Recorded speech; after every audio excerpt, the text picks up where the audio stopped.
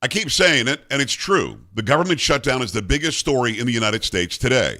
I know there's a big story happening over in the Middle East. I get it. Yes, we're remembering our friend Charlie Kirk today. I understand that. But the biggest story is the fact that the government is shut down.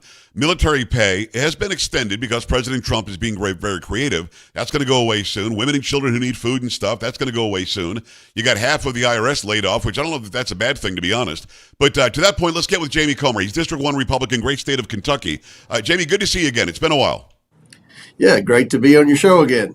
Oversight Committee Chair, of course. Hakeem Jeffries wants us to believe that the government is shut down because Republicans don't care about the health of Americans. What's your response to something that dumb? That is completely false, like most things that Hakeem Jeffries says. Look, this shutdown is for one reason. It's because the Democrats want to draw a line in the sand and they want to continue to pay hundreds of billions of dollars for free health care for illegals. That's why the government shut down. Now, we want to do what we can to fix the healthcare system in America. Yeah. But the Democrats created Obamacare, and it's all based on subsidies and a fake economy. And if you're on Obamacare, it's a great thing. But for the people who aren't on Obamacare, they're having to pay for the people who are on Obamacare. So you can't just change it with one little word in a bill and keep pouring, billions and billions and trillions of dollars into it. It takes a substantive policy discussion and debate. The Democrats don't want to have that. They just want to keep spending money and do anything they can to hurt Donald Trump. It is Representative Jamie Comer. So when we're watching him talk about this, we know that he's lying. There is nothing happening right now that's going to end any subsidy to Obamacare. That ends on December 31st. So you guys just want to extend the current spending that Hakeem Jeffries, I think, voted for. Certainly Chuck Schumer voted for. You just want to continue the spending, no more, no less, for 6 weeks. Let's hash out the stuff that ends at the end of the year. You can't even do that because the government's closed. Is that true what I just said, that nothing happens until December 31st that he's talking about? You're 100% true. And look, the Democrats know this. Look how many times over the past decade they voted for this. Even if Republicans squawked at doing this, they're like, no, you're wanting to shut down the government, Republicans. This isn't good government. You can't govern. We're doing the same thing that the Democrats do because, frankly, it's all we can do in Congress. You can't get 218 votes to make cuts like what I would like to see. Yeah. You can't get 218 votes to significantly increase spending like the Democrats want to see. So the compromise is to continue spending at the same levels. If you factor in inflation, that's a good thing for the taxpayers. It's not enough, but it's better than spending more money. But the Democrats can't take it. They want to spend more money, but more than anything, they want to hurt Donald Trump. And they think that by keeping the government shut down, that the American people are going to turn on the Republicans and Donald Trump. And I don't think that's what's going to happen.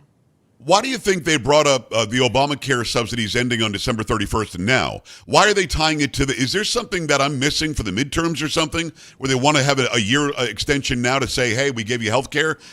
Because they know, like you know and I know and everybody watching knows, that nothing happens till December 31st anyway. Why do it now? They just want to cause havoc. They want chaos. They want to hurt Donald Trump. They want to try to get Republicans mad and fighting against each other. And for once, for the most part, there are two or three, but for the most part, all the Republicans are sticking together. We're sticking with President Trump. We're trying to govern in a responsible manner. And the Democrats just want to throw wrenches in the process to try to hurt Donald Trump. This is all political about them. They don't care if federal employees go without a paycheck as long as they're hurting Donald Trump and they think they're scoring political points. You heard a Democrat say, as long as there's no planes dropping out of the sky, we're going to keep this shutdown going because we think it's helping us. And that's not good government, and that's not good public servants, but it's what Democrats are. The Democrats are showing their true colors. They care about one thing, and that's hurting Donald Trump.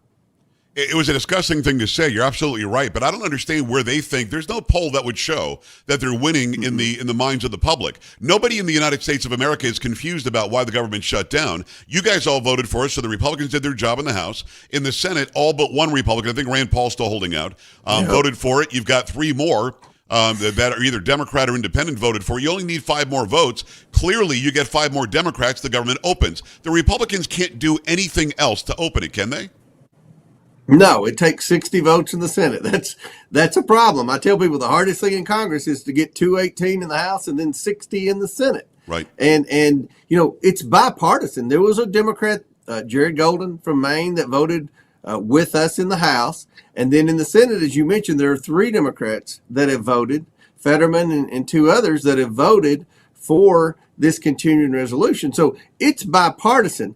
And Schumer and Jeffries are doing everything in their ability to keep the Democrats united in opposing Trump. Another reason is because Schumer's scared to death of Ocasio-Cortez primarying in New York. We've already seen in the New York City mayor's race that at least in New York City, the Democrat Party has gone full-blown socialist, which is what Ocasio-Cortez is. So Schumer's scared. He doesn't want to look weak among the radical liberal Democrat base. So he's going to do whatever it takes to hurt Donald Trump.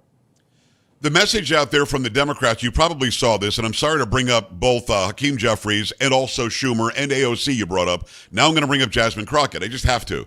She's on some stupid podcast the other day, and the host doesn't know what he's talking about. And he says, the Republicans have the House, they've got the Senate, they've got the presidency. How exactly could the Democrats shut the government down? Do I have it wrong? And she says, you ain't wrong. Y'all ain't wrong. She puts on this stupid accent every time.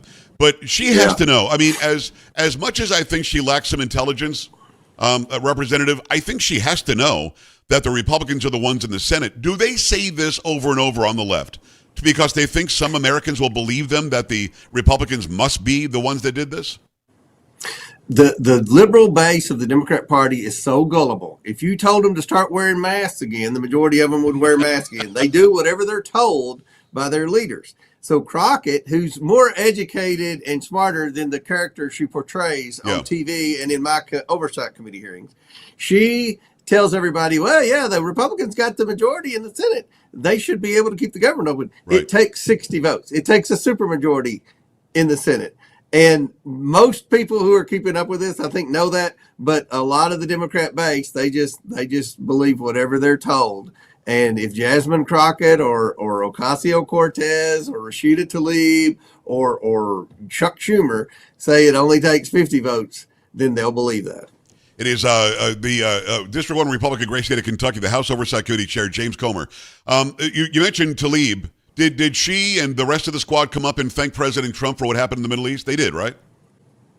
I don't think they did. They're probably not real happy right now. Well, they can't protest anymore. I mean, at the end of the day, we wanted peace. You want the Palestinians to live. You want Israel to exist. The president goes and gets it done. He's been nominated for the Peace Prize by the Pakistani president or something. Mm-hmm. I mean, this is all good. Even Hillary Clinton is saying, Donald Trump did a good job here.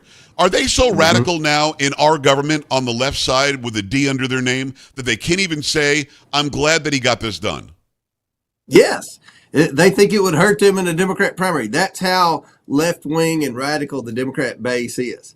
They don't want to say anything positive about Donald Trump. He could find a cure for cancer, and they would find some reason to complain about it. There is Trump derangement syndrome on full display in the United States Congress now with the Democrat Party. They would rather see chaos and destruction in Israel and in Palestine than they would peace in the Middle East, because they think that any type of chaos hurts Donald Trump. What Donald Trump has done is something that many presidents have spent their whole terms in office trying to do, and that's to get some kind of peace agreement between Palestine and Israel. And now he's shifting and taking all this momentum and going to try to finally get peace between Ukraine and Russia. The Democrats, you get on their Facebook site and they're either going to have a Ukraine flag or an LGBT flag or both. So they really care about Ukraine. But if Trump says he can end the war in Ukraine, they're going to get mad at Ukraine for going along with Trump. I mean, that's the way the Democrats are, and it's really sad. I hope the American people are seeing the Democrats' true colors.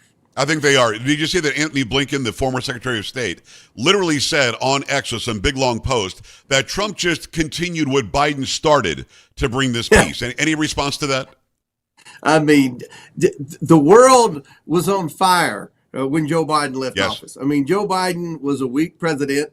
Blinken probably was the de facto president overseas. Right. But at the end of the day, I didn't see any progress anywhere. I only saw things get worse. I mean, I don't think that Hamas would have done what they did in Israel when they took those hostages in the first place. Right. If Donald Trump had been president, they saw a weak president in Joe Biden, and they made their move. I mean, they saw what he did in Afghanistan, so Russia decided, well, I'll just go into Ukraine. He can't stop me. So I think you're right. I think we saw a bunch of weakness. But these people trying to rewrite history, I mean, does Blinken not know it was just 2 years ago? We saw what really happened. Yeah. Look, again, the Democrats are pandering to their left-wing base. Like I said, they would start wearing masks if Dr. Fauci came out of hiding and said, wear masks again. I mean, the Democrats do what they're told. They're very obedient for the most part. And the Democrat politicians who have failed in foreign policy, they failed in domestic policy, they're failing in their one role of governing and keeping the federal government open. And they want their base to believe that in every instance, it's Donald Trump's fault.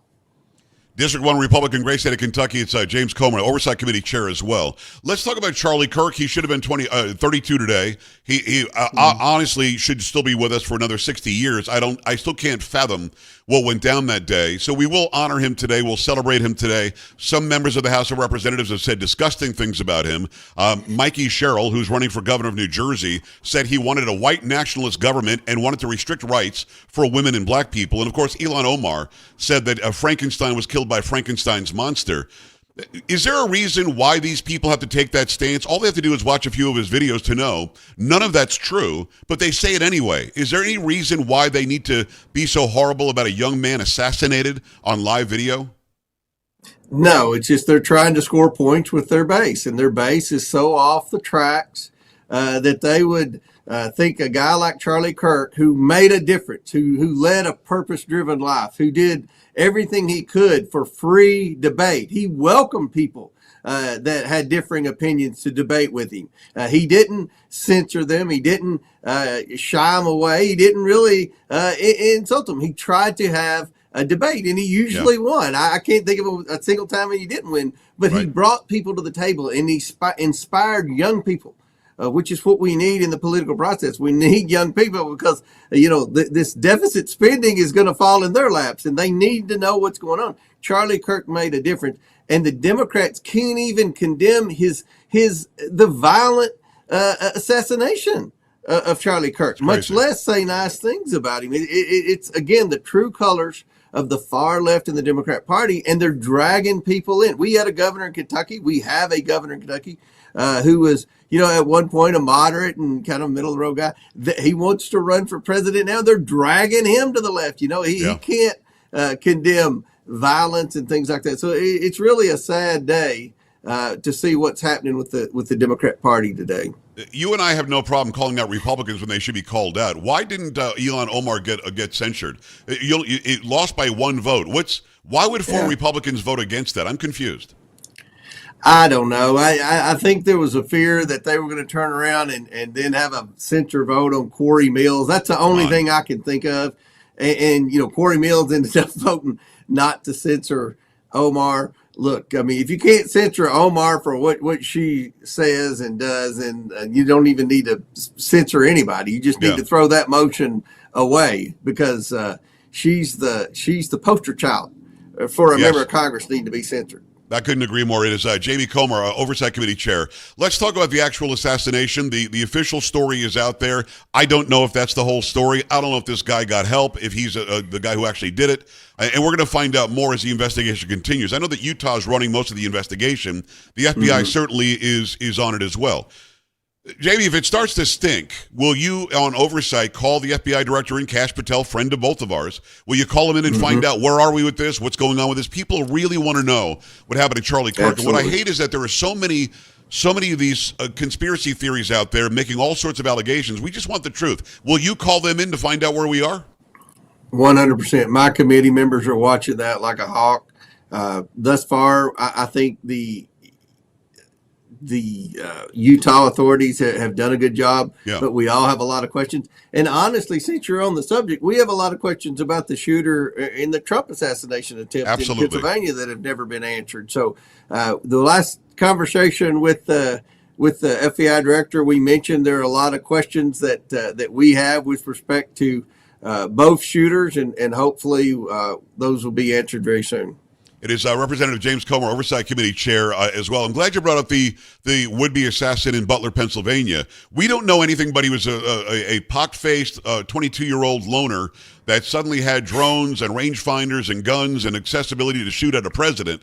Why don't we know more? And again, I take you at your word that you're investigating it, but it almost like it got brushed under the rug. We've got the right guy in office now. Let's find out. Yeah, we're not our committee's not investigating. The FBI is supposed to be on top of all of that. I have a question. There were reports, and sometimes there are reports that aren't true. Believe me, I know it. I have to deal with the liberal media all the time. But there were initially reports that kid in Butler had an offshore crypto account. Yeah. I want to know, did he have an offshore crypto account? Because one success we've had in conducting investigations is following the money. Yes. And certainly that's something that I would be interested in looking at, but we've never received that answer. And we keep being told that they're going to issue a report very soon on the shooter from Butler. So we're just sitting tight waiting for that. I know the FBI's got a lot on their plate right now, and I have confidence in Patel and Benjito, so we're waiting patiently like everybody else. Got about a minute left. If you don't mind, are the Bidens getting away with it, or are you still investigating that? No. This auto pin investigation probably would have been released if the government hadn't shut down. The government shuts down, and that just messes everything up.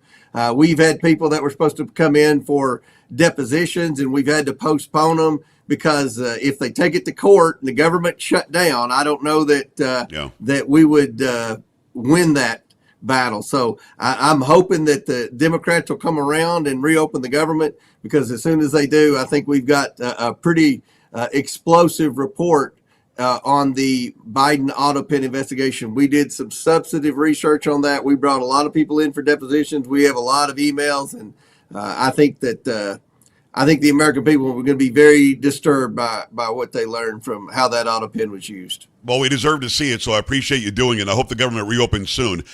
Like 10 seconds, Jamie, are they going to reopen the government soon? How long is this going to last? I think since the president's figured out a way to pay the troops and keep some of these food programs going, I think we could be in for a very long shutdown. Listen, I hope that's not true, but I take you at your word because you know a whole lot better than I do. It's District 1 Republican, great state of Kentucky, James Comer. James, thanks a million. I appreciate you. Thanks for having me. All right, thanks. We're back after this. Stay right here.